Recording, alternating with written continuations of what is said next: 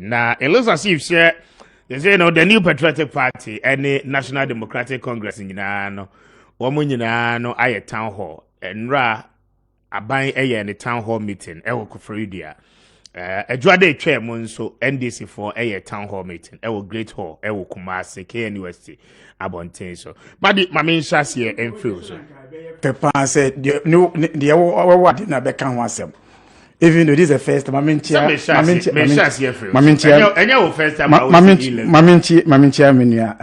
honorable. For this is the first time I'm in Asia, I was sect so. This is the first time.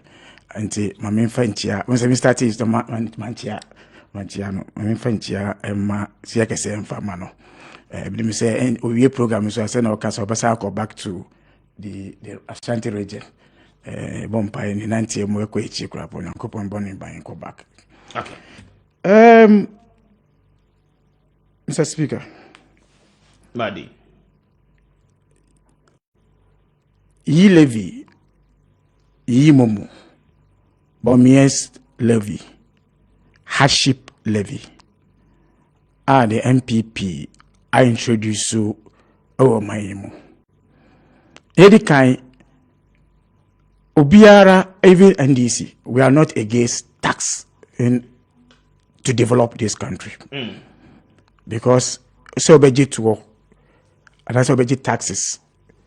Idea even ukwa sorry the money comox scrap on develop the people.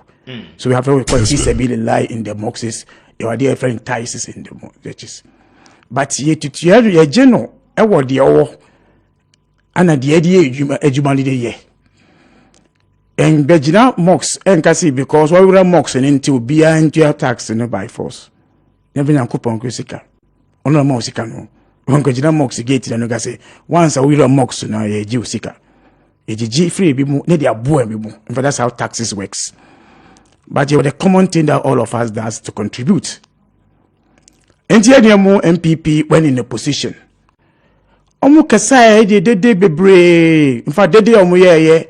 In fact, do the policy crap and Kagane say, could do any assure him the same. Omu can say a crap say there be taxes in a crap or a JJ crap on a nuisance tax, a beam crap on a wounding for so na tax crap on the entire amount will be 8-year tax a year bread. And they say your tax net no any because leakage everywhere taxes more because energy taxes. Nti omu no ba omu ma for nyasa kwenyano. When they do production, man for a year jumano do draw on the tax. Into more in here for no embrewomo. A man for to Obama MPP based on that. When they came to power, they made all those gestures. Ye taxes away, ye taxes away. 5 years down the line, Omoka say, what do baby? I hear all the programs as semper budget. I hear our bantapa. Every baby I catch say, even your loans don't copy a codi a crapono. Omaji loans akotua kano nti me ne wonni ka bia organa biom obaka isa issues no say loans na aban ka say loans aye de omaji bosi akotua amu say bosi na mu gina amu say ye ka na NDC boy ye no e na omuji mu bosi akotua sa bosi ano e na ka say nji bosi uji bosi 5 so bi di ka 10,000 no ko ji bosi 10,000 tua o ka na wo no me say me di speaker ka 10,000 na me ko ji honorable 10,000 e be tua speaker. Which means we take 10,000, mean take 20,000 bio. Because my class speaker, but me ni honorable nedika say. But here can in the share, here can now broso ako more than 280 billion Ghana cedis. I don't about me catch say. A band is a time now I say. Now and this turn up a canoe Ghana 120 billion. Nanka onu NMPP send no media and dear almost and omina as canoa. And embassy hospitals bako if every region be a ombeye law require ama the whole country. As is school 360 ama sekani biaka. Intebeye one say homo no ombenya sa issues no. Then they came to power of all these resources. After that canoa from Kwame Nkrumah 120 billion. Oma di 280 billion abekanwa ye komo. The question now Rebecca say, but me all the roads no they be. Hospitals no they be. Day na ya timi ade aye. At the end of the day, crap, you say, oh, maybe COVID-19 now. Say, at all these things. Now you are introducing, in fact, 2020, Obekaya.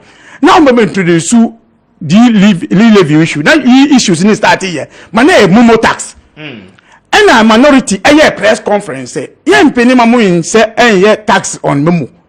In fact, Emma on my penny every your friends and Dr. Bahmoud Baumia, Echo Peace FM. In defense on that issue, what can I say, Debbie? It will be crime. A bonnet say a buying beer, a taxi, Momo tax. Yase. And then and same fata. Because almost the Biomako doing there, on my economy, yeah, Momo tax.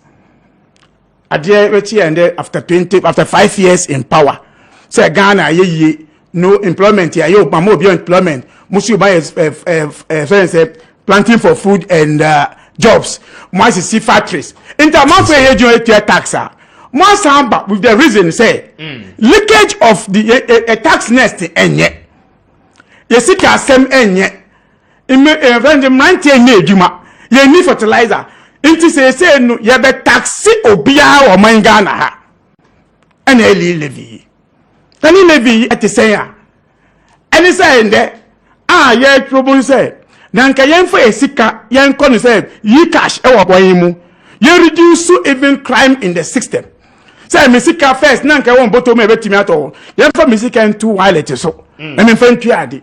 Oh, man, penny, I'm embedded in crop for say, a easy way now for them to tax Ghanaians. Yen pay 1.7% on it. This is where the issues has come. Now, what be so more? Now, Oma justify all this levy president Bejan Omuse. Say, no, yes, Chris of Bombagan on some baby as a bio. I don't see the beer or you are see a gun as a sin. A lease levy proceed and a bay. Now, here we are, young Jibose, because Ghana Jibose don't think I acquire ye levy. Now, saying a Bejan after 1 year of ye levy. Say, amount for corporate based on Senatia, the 6.8 billion and a berry also. A binance Cassani budget about this year. Say, we have about 13 billion at the yen in Yama. Which means, and yet the fact say, yes, 6 billion now, and yet the fact, which means still a local bubble here. And it will continue. This is even 3 years. It will continue this style going forward. And a projection, and now we yet. The main projections are in there to make us yet hit that issues. And Ghanaians are saying, say, I want penny. Wapim any answer any nimdia. This is not the time for you to add hardship to us. Because excuse you say, oh, who say COVID abe we are sitting now. To say COVID in a see our presidency in Kwao. Many COVID affect here. In the office be in the month for reduce. In the department COVID the atun organa and you want to mean because do one who's taxing you on that one. And these are the issues I raising. The NPP say they be. In fact, into a Minister of Finance, Eka say, Oma catch Ghana for say, Oko IMF, Yanka say, trauma IMF say, your contribution there, and be I bet you have a GB no.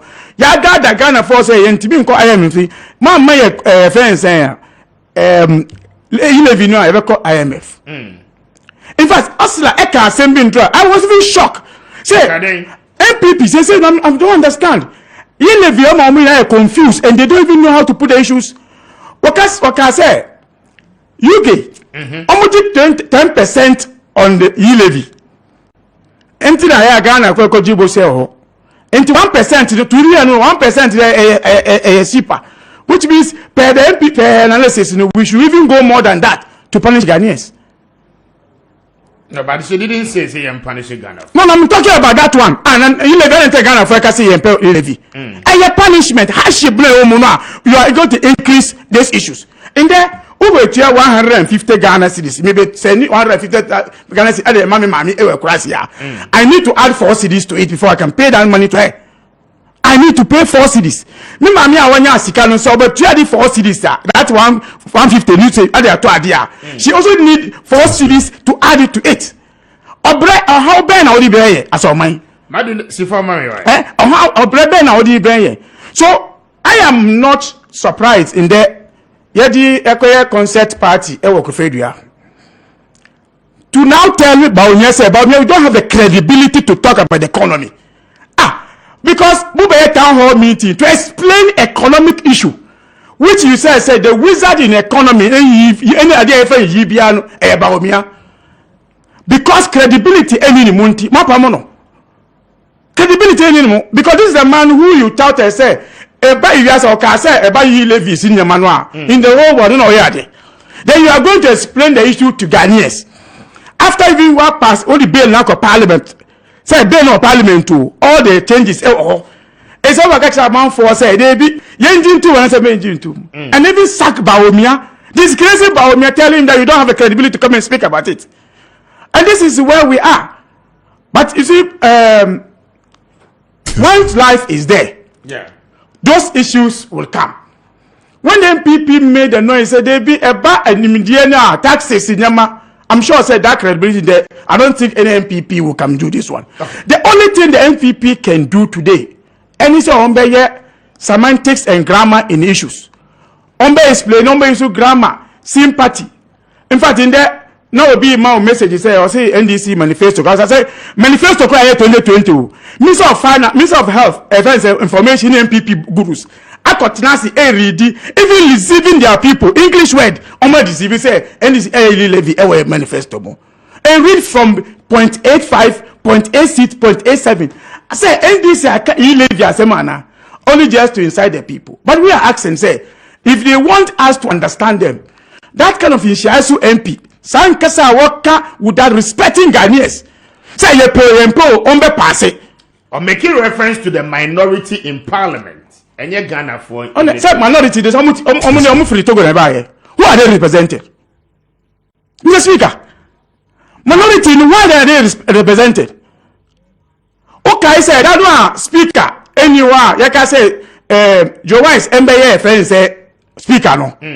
What can say? He has to vote because he's represented because of Bekwa. So is it there as a majority in Kwa?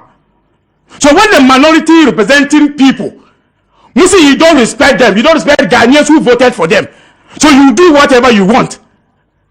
This is the people in last year that year almost soon vote. Now they have got the arrogance now has come. Say, but Ghanaians are saying, say, listen. We are not ready to pay the 1.750, and that has got into the concert party in Kofedra. All right, but that's a DJ, former deputy national organizer of the NDC, and what's in Kano, Mami Embra, the honorable Banahine Esuna Mintino. Oh, Mamintino. Mr. Speaker, Blase. Mami Falconia is na Wama Manchia.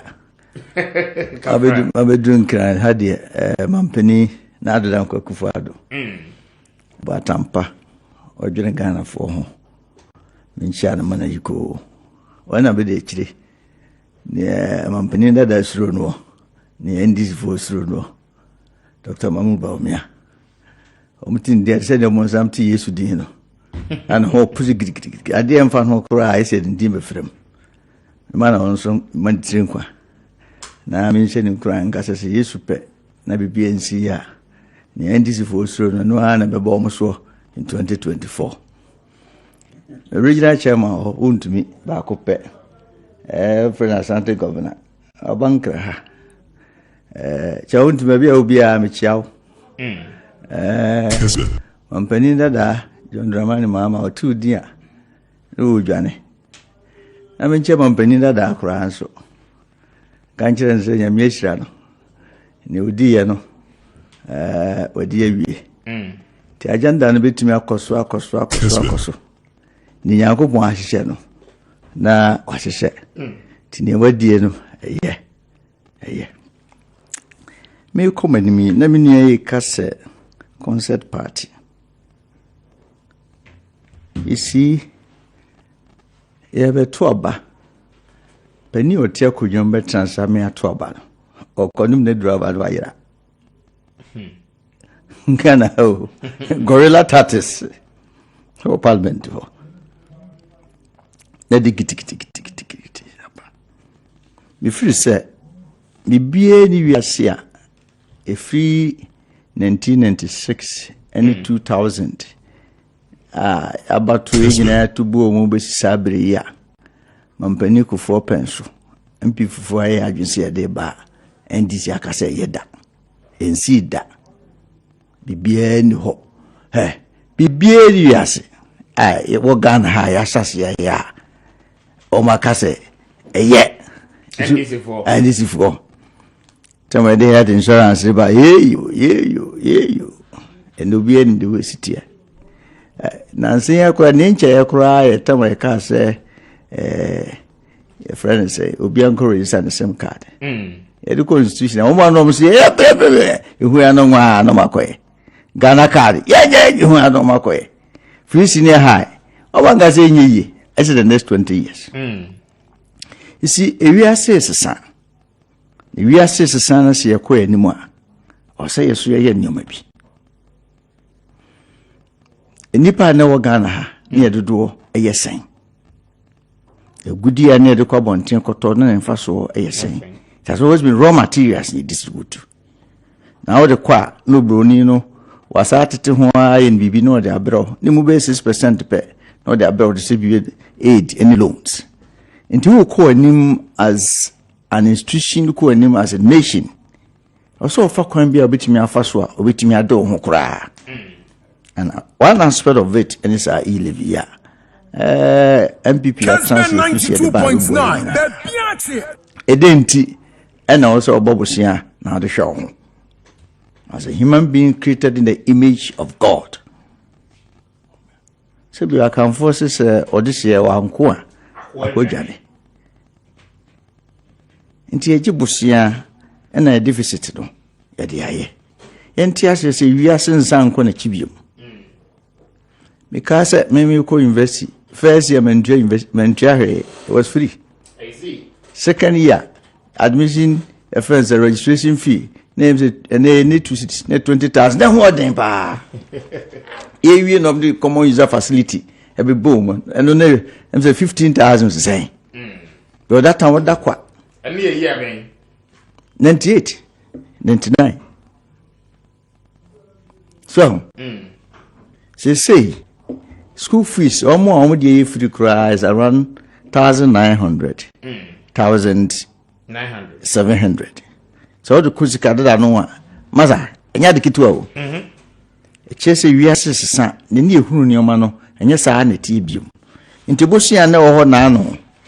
Patrol bow Yas Kosoro. For the first time in the history of USA, Adriano Bokora Kosoro. I'm a Biden nano or Pacho. For the first time in the history of UK, you do baby na patrol and why a thing. A man for Q no makoto. It means things are changing. Na mere dano hua. Nipa also dano wakakra. Intinye kotobe kumba. Adia ye ken. Ye nuanom adwenboni nti sabiu. Ewo mutirim. Anka obonsam hwe ho, Nyankopon hwe ho no momo e ba bedi ade ya. Kom ne baaye. Ebo your friend is saying dollar ni rate any Ghana is ikasem. Enye bosian dodo no rate na air cost na 2 cities and now the $1,000 US ya. Se ne kodi 3 cities ya. O de $1,000 o. Na so Ghana for sikem no. E free 2 cities na 2,000 no. E ko 3,000. Sa nyoma ni nyina nti eni adwene no so da bi. I will say a fuck crime so. Na ye share ho we mem. Na one e kai dia bonten so for ntide bia hunsi ho interest I say kukutua e teso. Yi levy aban se ni tue tax de bia. Eno ana so ye. Wokoto ade a e na wotua bi. Ye de sika no ma wa ende ye wodia. We aminu no ma sase ya so mo mpini. So munya kwan ne ba they will do worse things. For what reason? Kessben 92.9 they will do worse things because you're going to be there. You're going to be there. Ghana koye nim. Free senior high deba. I'm saying it's possible. Intimate. Now for the first time in the history of this country, Kohen Kwada this year, I'm more investing. If we give ourselves the next 20 years, with free SHS, yes. Let's say a plan here. Me did this kakrebinti minimum amount for nanka nyinyamea ka school nko mukubium. we free the crowd by you how I saw Tom Tankamom. So being so perform ye. I signed him dealing in a Quebec form. Me say, there has been a point plenty for food and jobs you buy. Yet, dear, who remove because maybe was such a central. In terms of land size, we are the third largest in the Ashanti region. Okay. A farm, niching for die ho, until full your day, now honey and horn near day. Oh. And I followed up, Obi Oha, all me see a drone, they are bought in Grano. But then it's a big boom. No, I can't hear. No, it's a boom. Why? Because Sabi in the near fra, he cannot read. So he's hard working. Till the Musia Canipano one. When there was some report effect to what I say, or some report effect measurement there, the idea when we say Bemans now they bought Druso Kuno. And yet, Tinipanuku school Nikakra. Now they kind of food your home. Definitely improvement. And these are some of the things we are looking at. You see, a see a quine. New money in a name castle. What can cover their summer among from Bessie. Doom Sekeke. 5 solid years. And the first time in the history of our country, Baby Adam Yejuma, a school phone to me to school fees. The first time. It drew him right now upon Abefia. Or could man now upon him right now Abefia. Now, what is true because, oh, what I room. Who could you know, and no stress, and they couldn't anybody you, my dear, oh, Ghana, and Chakrao. Yes, say, woman, no, young folk can be so near my home. I near home. Young folk, you may be so you believe, sir, you live in no, and a year the solution. It's one of the best solutions that we can provide. You see, in the face of two evil, the lesser evil is the better. It is a nipa oko enim. What I say? Until Obo no kakra na omuye duo. Na minye kasa 6 billion. Na ye live no. For now, which him there by here 13 billion. It's better say we pay. And anya say ye kwa ko yibi afiri mu. Ghana fo nyina na pin no say pin ho no mu a. Yeah. E buy ho. But the ripple effect of that money that will come to us. Ninte ni mani abre nyina ne say. Say sikai. My cry never told MPP for Abamua. The way is run the economy. But by free senior have saying and correct intimate ambulance, don't see intimate planting for food and jobs. In ye, one to see one factory. Bibiano Sabu, etiquette in a degree. No, see ye. Sign no may to us 2024. No, a better mercy be winning since ye be loose. And then no my major said there be, and it can't be a better for to be a blocking. But you say, Ghana for be no but yes, ye. Na yakwe ni no mutiase na esase na de yadwuma ebehunu mfaso a yenye sika yade ye ho amia ya boso mu atete ama ye ho no ede mfaso betimi adan and then so in the long run be reduce the amount of loans we pick from outside yeah bro that yeah boa da chimba omoba the next 20 years ho so wo jibusu ya ni nyina na mo ho odin na nu ya ade om de ba say oba ne ba na be man na we ya na fi na kwakọ ense be duru ba bi one have a for some for about yay, your tradition near culture, ye diswo, and come for a Christo for ye to for a small bosom, ye na features I did Yamia Mankayo.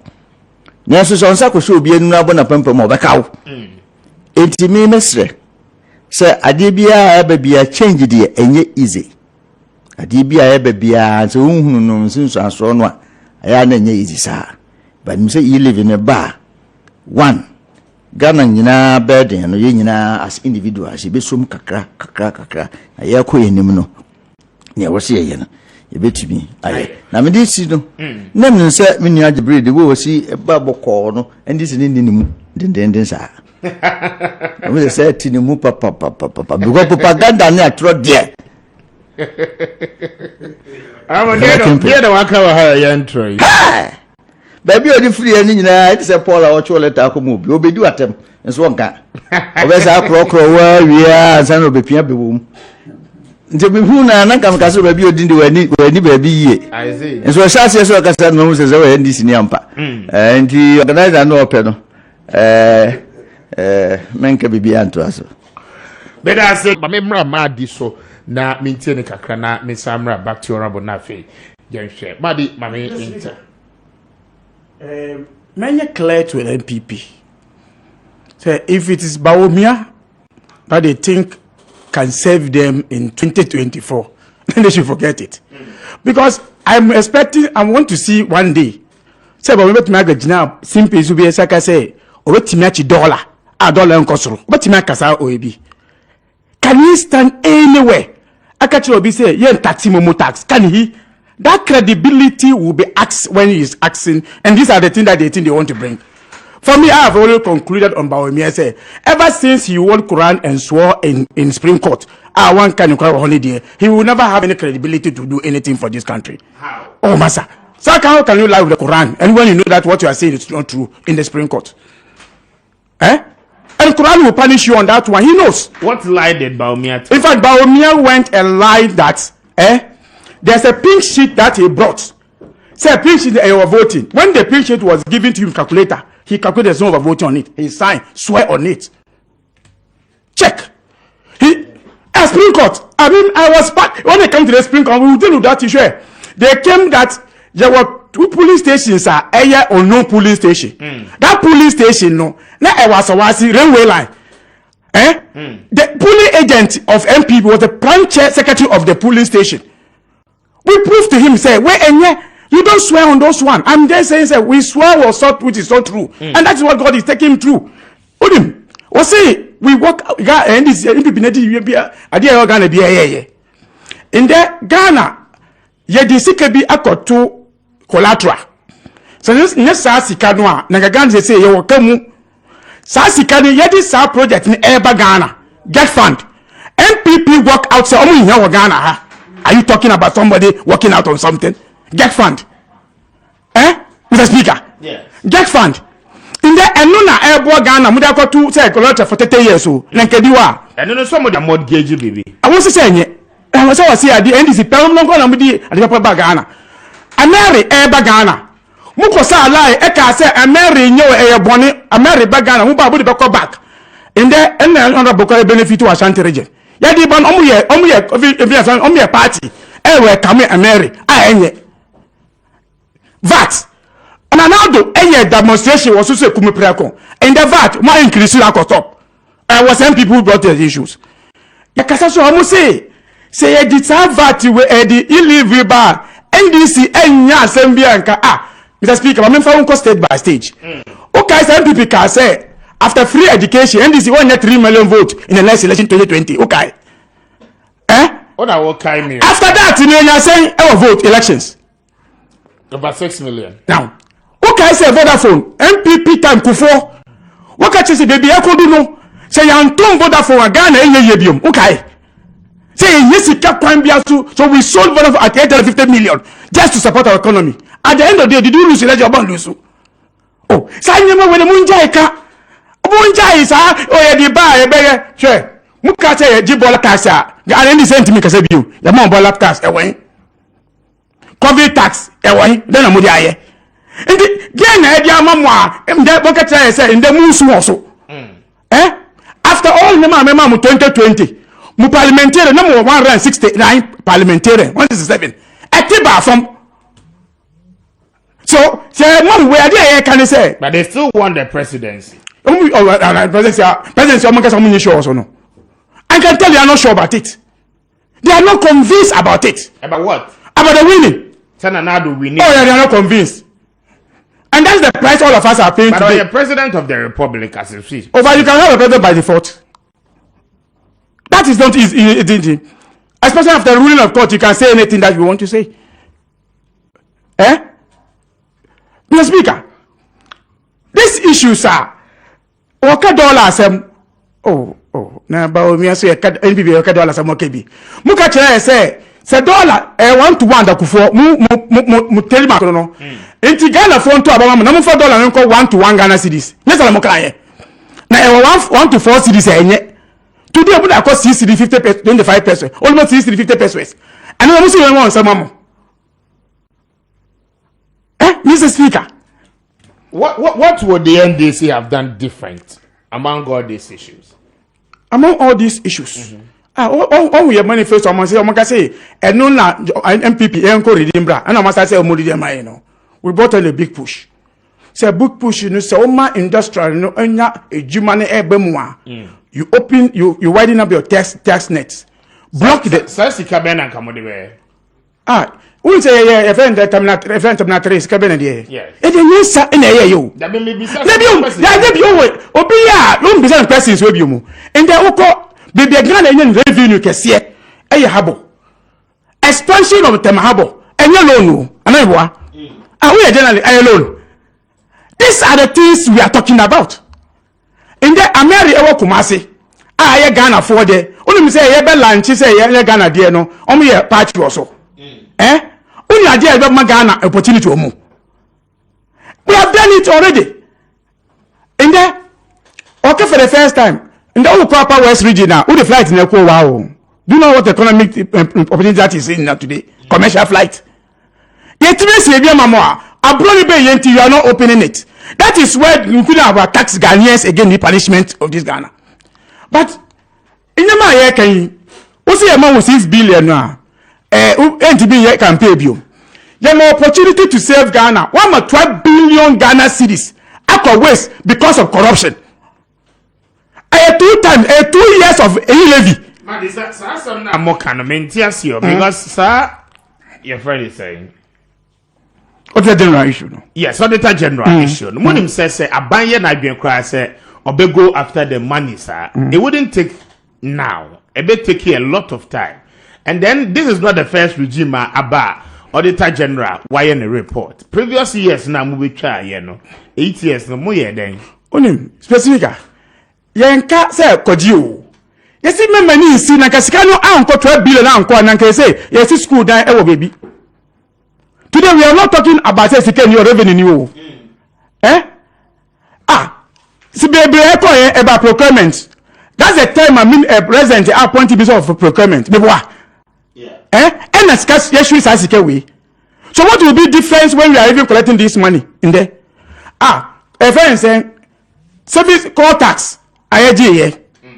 Almost say by best stop a friend say fraud in our friends and telecommunication. And then the fraud has even gone higher than before. How best is your network today after your taxes on the issues? So what will they do different with this money? Ninety and there bread. One your mampenia, ye sika amount, ye bola tax etuao. Who dey sika current flight ejaromu. That's why we are suffering. It has never happened in the history of this country. Why you have leaders who don't listen. It okay issue say NDC the speaker. Madi. In the Namincha uko the whole Ghana maybe especially in the capitals asphalting. The whole Ghana. Okay, say this our project in the Ghana ha. The MPP campaign say identify total or why the asphalt eguso. Yanko ye kwanya baby in future. Okay. Yes. If they insulted the NDC on that one. Today, it is what like I say asphalt in entire asphalt in say. Young buy a cheap bill embassy say sa kwan na ebe say the biano. Mr. Speaker, in there, what is helping this country with the good roads? And I get NDC buy here. Upon all nyama amuke any hospitals I want him be and yes hospital yes project. You say will be ISR if you have ye levy. And like I say you can also do it without ye levy without punishing Ghanaians. Who say oh yes sir, say speaker not speaker at Tikwan alcohol Fedro. You see they are only inciting speaker. In fact, Mr. Speaker, it's NDC who asked the MPP to go and do town hall meeting there after presenting their bill in the parliament. I don't think so. Bro. I'm do Christmas 1 month more opportunity no. I'm party. Don't thinking about Ghana. I feel about Ghana Juma. And you're blaming speaker on that one. NDC NMA soldier for Echo Broche one Ghana. NDC. That you say NDC. So you see when they are speaking and a speaker I say man can't just say more majority or parliament. Man can't just say more passing levy. So why are we struggling now? Mr. Speaker, NDPP must understand saying for the first time in the history of this country, Say Minister of Economy, Minister of Finance, higher budget. Even MPP for Nkasa say where there a ko. Munam na mo pacha say where there mundi into whereas at Parliament, mu dey animal for Parliament say o. Next week ebe debate enti nde amukasi speaker to kwan hamo no muko ko federal speaker wa approve am. All right. And what am I approve am? Maybe me da say what menka? Me twanka. Okay. Maybe nti. Yeah, me da say. You see, say asem da hono ye kana etifa ba bi fufura. Na ya me busy mu. Auditors report from the by the time bay. Na a year time Kessben 92.9 a year bay. Me did this kakrenti. Yeah, near bofu 2014 to 2016. Audit year. Then this in our power.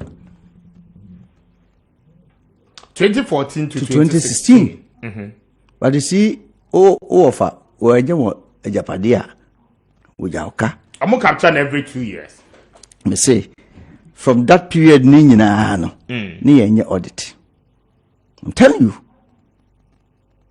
2014. They say, yeah, me auditor no by gidi pa. Because I didn't think I'm my time I could do 2018. I feel I'm by 2014, 2016 audit. 2. I buy a person or boy is nti no they give me aba. You see, bibia was we improve it. First, ne paper and Kessben 92.9 and then give me no obi any documentation in the system be I want to mean to use command. You see, I've been saying that in the face of 2 evil, the lesser evil is better. A kwambe in the befaso a bebo we sika no near use ye. Eninti ena bibia timi expose says can be say. And yes, sir, 2014 to 2016. They will cause a clear. No auditor organa. What judge you know her? We also say what is the time be out to me. It is up to us also communicate to Ghanaians and say, Sansam na ye can be birino, and so ye pencil. The 2020 report, Ninyamomo report. They say go and check. And the 2, they toss me say because we put in place mechanism and as hard money here exposed. So, me no, ye then never share. Am I live? A bambit minisca a day, a share on mine. There's an agenda. Inti mimi niwe hasi ya nini bread ndende di bibi family. And having it because also the party obeso be national organizer or the deputy da. Uhimpa di anka elections na sen kokko. So ko elections won directory to honum pa. Yebe say etwa no sotro. Inti also den hu ba bi ginam na wotimi ekonanim. So, 2024 the emre mayen. Ye ni man kiti game mere ma se be win sisi be do agenda ni nyina nie agenda ni nyina nse se ye ntumi ama yi levi na amaso a aban ho odin odigi sika ebe kofom aban ho odin kofom a ebe for so aban amana ko IMF e ko IMF a ndisi fo benya bibi aka am sentim bi Tini nyina no me say agenda ni nyina ni go share 22nd January. MP bia we NDC ni abeto aba mbe fa ho kwan bi so apane so. 22nd January. So, mbe fa kwan bi so eden apane so. Ani amayo magene se. E was a communicator bia ka se enje at the regional level, constituency level, omutungum intum futuro engu Ghana for ni. Agenda ni nyina ne se ene covid nti aban ntimi nyebusu emfiri ba bibiri emfa nyina adwuma sika ni ho a ahokyere beba ahokyere ho a nipa de command birebe dede nti as government because of person keep you depend he may be forced to go to IMF na mo nyina ba bi sene be ya e be ka se nyo mo kwa na kwa IMF da ba ni nim se onyankopon na kyekere man nti ye kan omo nkrofo no bibiri nim se yi live na beboa Inti, even though move no, they go and vote. Abwa, I'm a meaningful Ghanaians. Yena ya chegana bed and kakra. No, come here. I marry a deal. Obianga said, dear, no, than you. Sika the quantum of money. I call moon that was what we were complaining. Sir, overpass here, circle her, you see ye. Dubai, overpass in Swata and Abetas here, then. Go and check. Obianca Senye. Obianca Senye. The government, the one number. But so better me to club Bacono, would you see Bacono? Would you see premium, sir?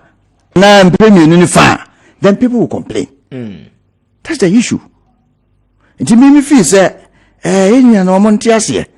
Over time, they never sort of look for ways here about preventing corruption. You got corruption. Masa, you know, there corruption. How? You say corruption, pa. You move your corruption for what into mine.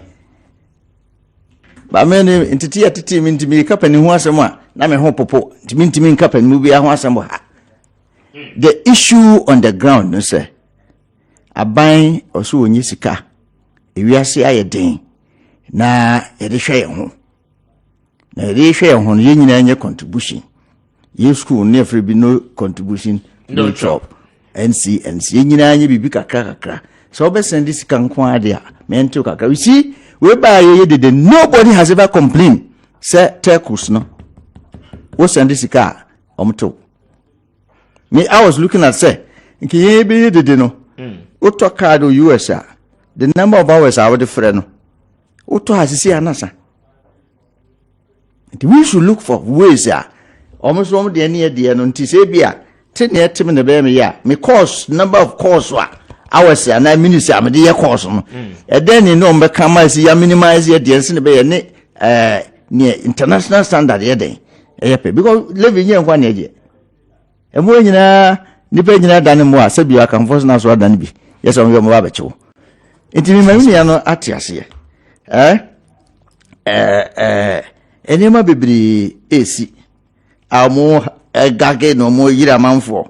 Kikiri kisemunim na mkotoa. Yebe paneshemo. Oh. Letter number B. Hunu na nkrofo. So, it mesre. Mesre se omunyai so mo dwene Ghana ho. Ombeso mo ba 2024 do mo ma. 2024 no. Omyeden ya omuma Ghana for be side mandate no ama ne omusuro no ama no watoa so ba ne ye kan say ye hia sika as a family e de aboye ho bra because ne obebo ebosia no ono so no ho kire no nti e kwan fufuro a ye nyina be ye nya we keep on to expand because it's ne ye kan e kwan bibiri ho no mu a ebi ene give me say amekan yi se ne be block kwan a local government level ne other institutions no we see be a wutie bia no somebody can monitor beyond our level number jumano I am there ye ko enim bi nyina de entiti eni hurumun be more etimi wie yi levitimi ya we move on to the next level e bia e betimi capture dan bia we betimi atena ba bia hu say property rate kura ya standardizing no okay na just local level no nemu Ghana o ha kuru we say sukuru ntisi kuru se ni na ye ye ne sa near who say won't try and court says, Saha, bedroom on your hopija. Okay. Aha. Media, Neme can say, ye, near Mocano. But Omontia say, hospital be and woman who say, Omtimisi, we are you. I say, hospital be a cook.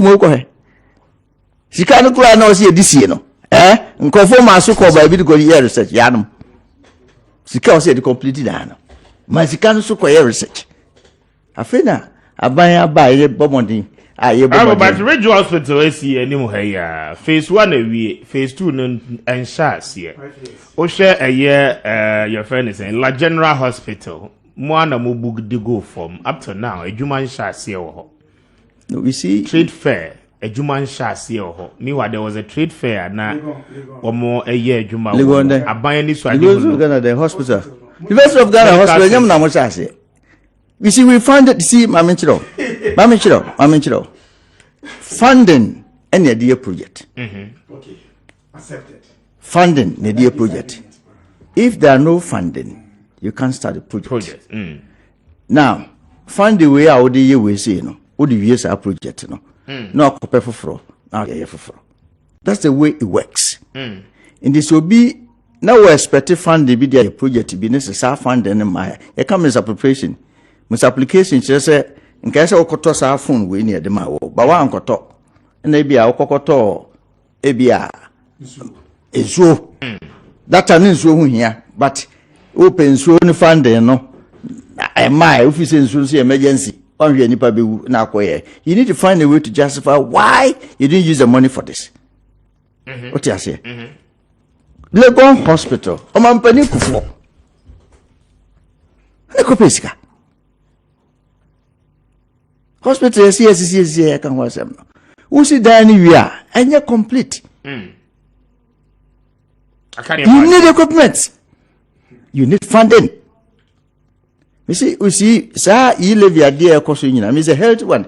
Yeah, my dad, me as a pass, you in your hang parliament. For the first time in our history as a country, the Speaker of Parliament is in the ruling party in the park. He demonstrated everything so NDC. And that was quite good. One, next time I was only party near Kwan. Next time I opposition, I'll get home. What's that say? Yeah. Two. Yes, sir, BBI standard said that we say, wait to walk, by beating out your man punto home, near dear back on Sweden. Album. Until by some just lobby and call form and call hall. And some PA and some PA. Almost a moon consorting. Say, of course, when they are there. But who let a cry no Minister for Finance actually their mom, but still now I'm the consultation. I said, no, baby, yes, for water. So now, it's not you. They must rather say, me land the Amaminia Baba candidate. I say, I am for Sabri. But who send this in the wood? Mumbai first, not because of MPPD. I think send this in the wood, Mupa. But he died in Papa Consul, Ghana for. Near me, say, what has happened? Because in Kadia, one day we are passing, Mupi, ever passing. But I like the debate because policy and its implementation ya the crawl. Yeah. Ube who are there no, we implement here. You may have to do a lot of discussions and other things. No, who baby are in your money day. Ever. And I think that this discussion, but near me, I want to say, Minianum, Indian DC way. All my margin say, as an agenda for agenda 2024, dear me and pass it. Instead of going down to find out a dear band, the bit me Abuama Magana for Sabri Umi, Mobasi and IMF. When we can find a way. Well, IMF conditionality is a buy. 5 years down the line, Nanko for you invest. Next for with non TTF. IMF conditionality. If you try training allowances, IMF a lot of things happen. Unemployment. Do we want to go back? When there's a way we can manage the country in such a way, so we'll not go back to that place. Okay. But I say, it's durable, and I would say, then kind of. I remember a year, my DJ bro. Maddy, quick one. Every the pass say, the word gift mix 3 times. Clear. When introduce you gift mix. Setepe, NDC, introduce gift mix. So correcting issues of misappropriation, no, yes, so under our government. But listen, before 2016, you have free abayemono. Audit report now also submit here December. Is it 2014 to 20? Ah, make sure we to boy. Ni na no audit count no. Audit report here this time around. November 2021. Was say a free coming Nkrumah time. ABC 2016. Na Ghana misappropriate irregularities no. Na 718 million Ghana cedis. Okay. Free that time, ABC in there, only report no. And then now to give me so no, you have to do 12 billion Ghana cedis. That is where the problem is.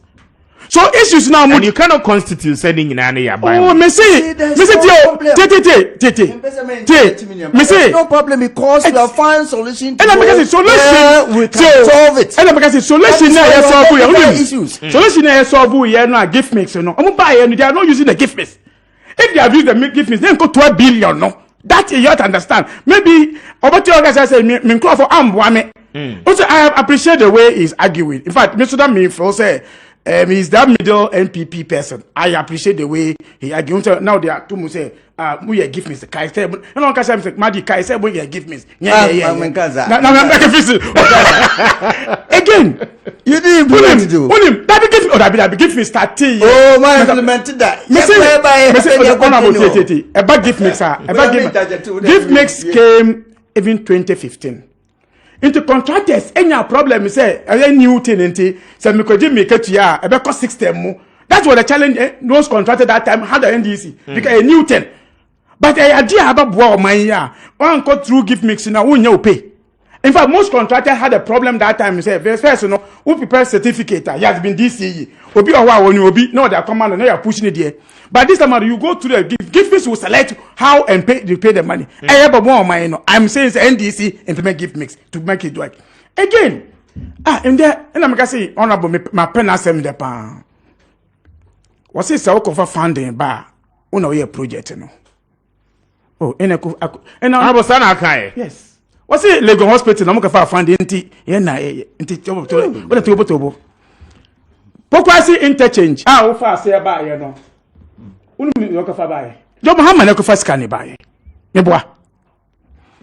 Obi chebi lamte interchange John Muhammad looking for scan buy. Iti akufado dey na oye after the 200 Sasi can eka 120 billion of John Muhammad's loan. John Muhammad's what? John Muhammad's what? Me say, Sikawe loan na yaji under NDC. Aya 120 billion no. Na pokasi interchange ewo mu dadawo. Na obechebi lamte interchange ewo mu. You have now come 280 billion. Over Kasa bridge ewo Tamale bridge na okan. Mr. Speaker. Madi. I think say one. I ham it. Pass the same constituency. In fact, nanka ya hospital we are. Yeah, referrals bia enko Kumasi events G. This is one of the biggest hospitals around that enclaves. He knows it. 5 years down the line, Abroni Bay Yenti. This is a constituency. Kumewu. Eto about when this vote and this in 2,000 against 25,000. But you can do it because we both enclave such an area, no, it will help them. But Omaba, Fanny say you bring to any who are up to date, look for her, and in fact, one sem Sabroni Bay Yenti, who you are telling me, say, my Oman example, if you want to cry, who was I issue, no.